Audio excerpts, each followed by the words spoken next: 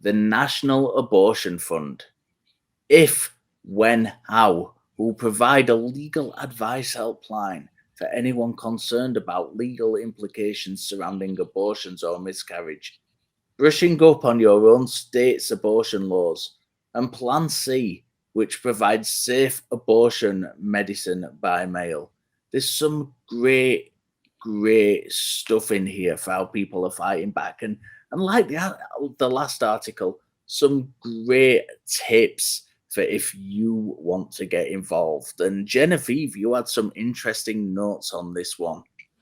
Yeah, I did. I'm very glad that we mentioned earlier that, big organizations like Planned Parenthood, they are doing fine on funding. I love them, but the best thing you can do is support your small grassroots local community organizations. Um, we just went over a lot of measures that you can take to protect your digital privacy and your security, but when we are talking about traveling out of state or finding resources, particularly through strangers, you need to keep your own safety, your physical safety, in check as well. There's a lot of people that I've seen on my social media in the last few weeks that have been saying, "Hey, if you need to go camping, I've got a free tent. It's in my backyard. It's totally legal to go camping up to 20 weeks and what have you." And I love that energy and that sentiment, but it's important that we remember that there are community organizers who have been doing this work for decades. They have the infrastructure, they have the measures in place to vet people who assist them. They have procedures, and it is always best to turn to them. This is not our main character moment to stand up and become the hero who is single-handedly going to house everybody out of state. That's just it's not effective. And I hope that we can really support these organizations like the Abortion Fund and the WWRAP, your local abortion funds as well. Yeah, I've seen so many of the camping ones, and they're definitely.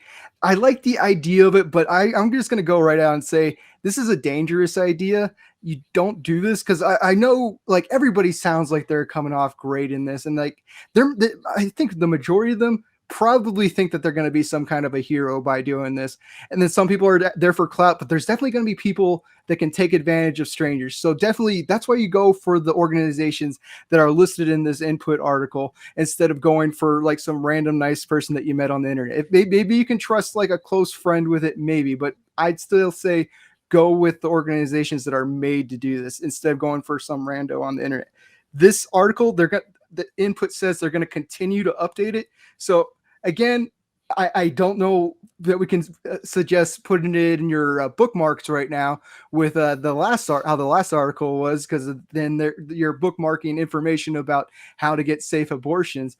But write this website down somewhere and maybe check back on it from time to time to see how the article is getting updated, because this is going to be a continually a moving, updating article about it. But it lists places like links to Jezebel, which is a site that has links to all these organizations that can help you out and get you the safe abortions closest to where you're at. Because we can't. I know everybody wants to go Planned Parenthood because that's the name that we know, and that's the name that unfortunately a lot of the people that are against abortions know as well. But they're well funded for the most part, and again, not every location has a history of being helpful under these conditions. So like you want to be going for the ones that are known for helping out, and Jezebel's putting up a pretty comprehensive list for that.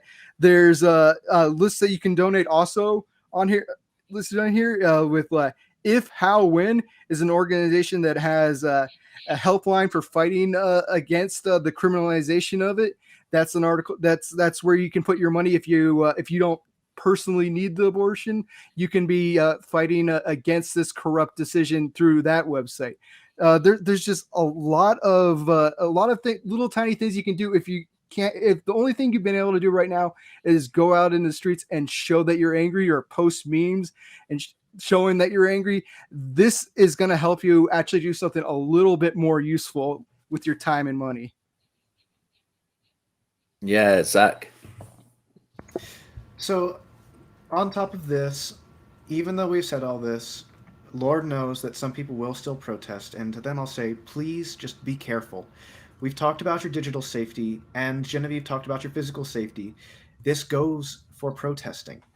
Be sure to take lots of water, stay hydrated, don't start anything, and this is also be sure to write down emergency contact information so you know who to contact because you don't want to take your cell phone.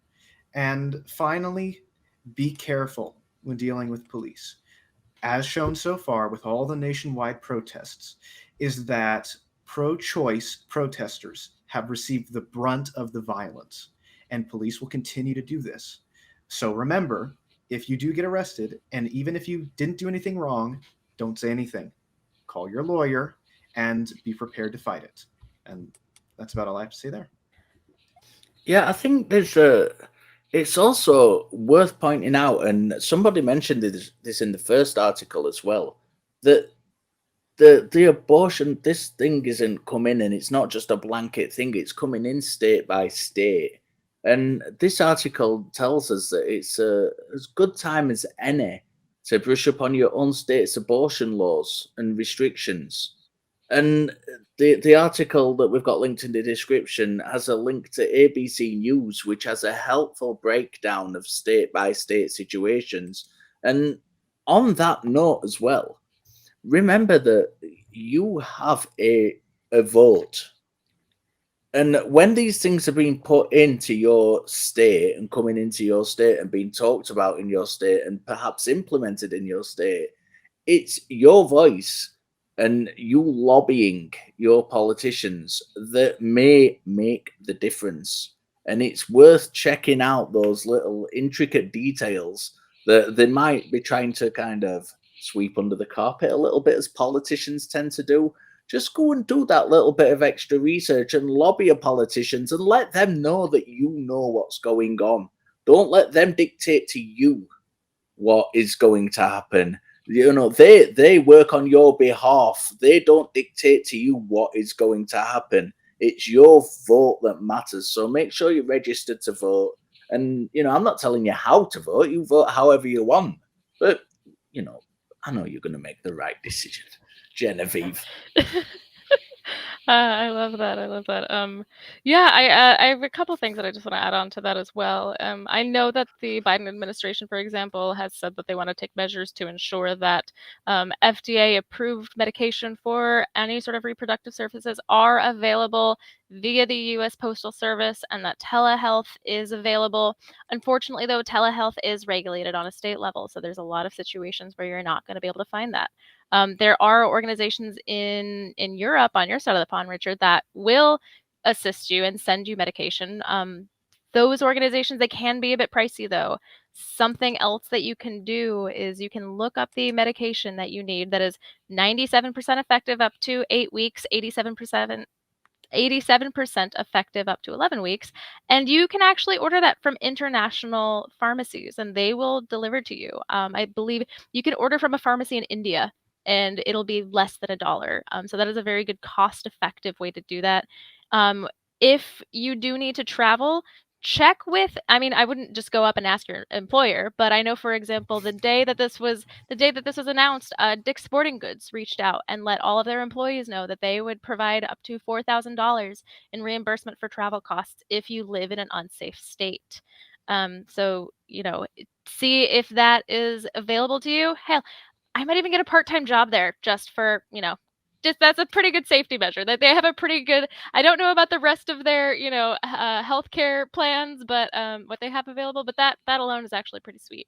And lastly, just to sort of add on to some tips that Zach shared when it comes to protecting yourself as a protester. You can, you know, definitely write down phone numbers on your arm.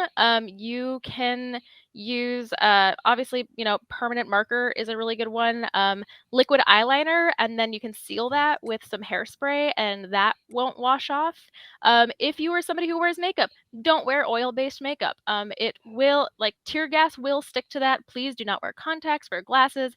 Do not wear any clothing that has any sort of label, any sort of identifier. pull your hair back, cover it tightly. Do not let any bit of you show that can be possibly incriminating. Wear a plain mask. If you have visible tattoos, please cover those up. There are so many measures that you need to take to stay safe. Yeah, Richard, you're kind of screwed. That's why I kept all of my tattoos above my elbow, not specifically for this reason, but it is helpful. But yes, just regardless, please just stay safe and know that you are not alone, and there's an army of people who are out there willing to help. Yeah, I know this article is largely about resources for people staying safe and what they can use, but I think it's also worth mentioning that if you can and if you have the time and if it is very importantly safe for you to do so, you can also volunteer for some of these organizations. And if you can do that and you can help people safely, and if you have that resource behind you, that's also another way that you can help.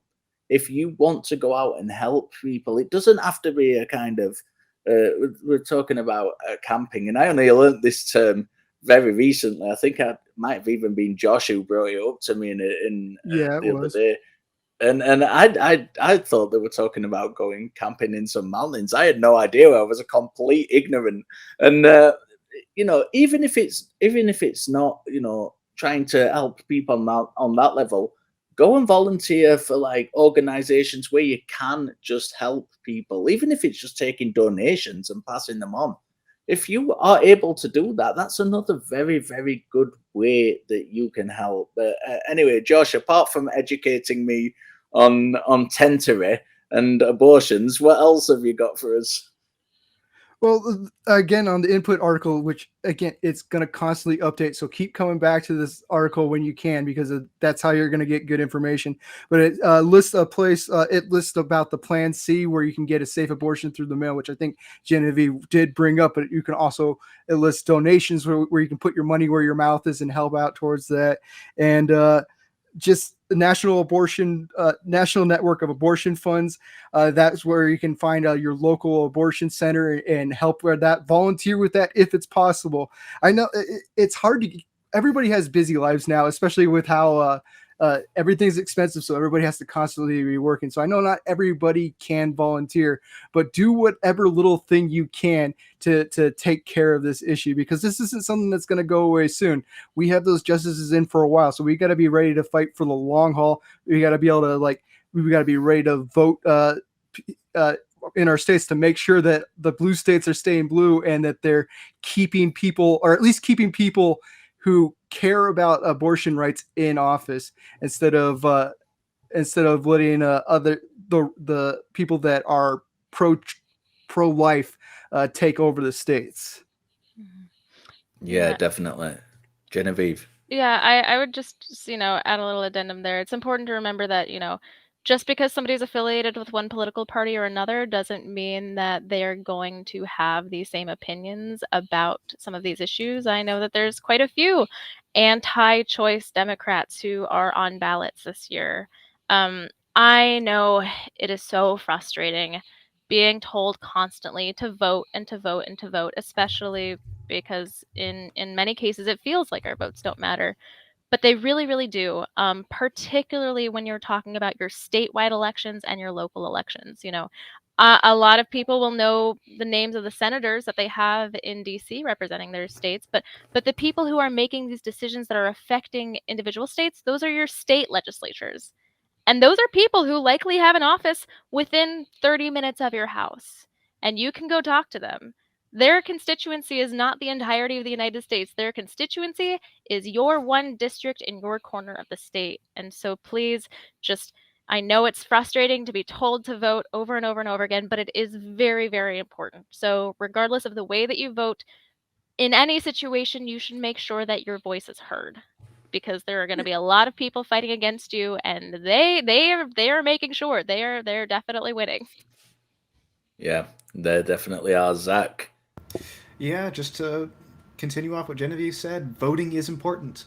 I've seen that a lot of, at least people of my generation, of Generation Z, have been sort of disenfranchised with voting, or disillusioned with voting rather, and it sort of doesn't appeal. And they'll still go out and protest, but they won't vote. And sure, it may be frustrating to vote, but it is the bare minimum that you can do. It was established so that you have a voice. That is first and foremost what you should do, is vote. But still, do donate, do participate in direct action, but voting is the first step. Yeah, voting is the first step. And I was one of those people. I didn't vote for a long time, and I thought it was a waste of time. And it took me a long time to get into that mindset with a lot of education from a lot of clever people. That's what you need. That's what you need to do to elicit change. I was always one of these go and spoil your vote kind of people. And fortunately, my mind has been changed by people a lot cleverer than me. And I would implore being on that side of the fence, especially to kind of younger people. I feel like waving my walking stick about to younger people. Don't make the mistakes I did and use your whole spend half your life being kind of anti-establishment and thinking you're all punk rock. Go and vote, because that's the best thing you can do to make change. You know what I mean? And that's brilliant. And it all comes down to education. And I will never ever stop banging. If you've ever seen me on the non-profits before, you know that I will not ever stop banging on and on about education. It's vitally important. And it's important because we've got you have a Supreme Court that is comprised of 6 Catholics, 2 Protestants, and 1 Jew. And you've essentially got people who are making decisions who take their ethics from a period that lasted from roughly 3,500 to 1,500 years ago, interpreting old dusty books concerning a mythical figure. And that's where they take and I'm not going to brush over it, because that's exactly what it is. That's where these decisions are being made by those people who believe those things. And this needs shouting out from the rooftops. And that's why education is so important in these matters. But we'll wrap this one up. I have a few final thoughts. Zach, we'll go with you first. Yeah, be sure to vote. Keep yourself safe during protests. Remember to hydrate. People always forget water. And if you are going to wear clothing, it's best not to do black. Please let it be nondescript, but not black. You're going to get overheated way too easily. Yeah, Genevieve? Yeah, like I said, please don't jump up and try to be a hero. Go support your local community organizations.